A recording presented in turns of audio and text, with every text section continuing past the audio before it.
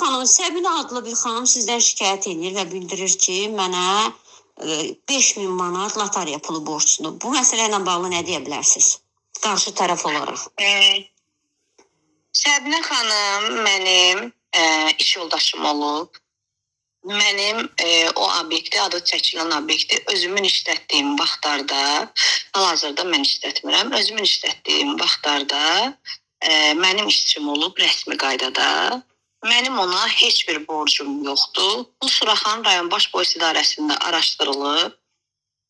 O mənə şər böhtan atmışdı. Vəkilim Nazim Musayevin vəkilliyi ilə araşdırılıb, bu işə baxılıb və mülki qaydada, belə deyim, geri çevrilib həmin iş.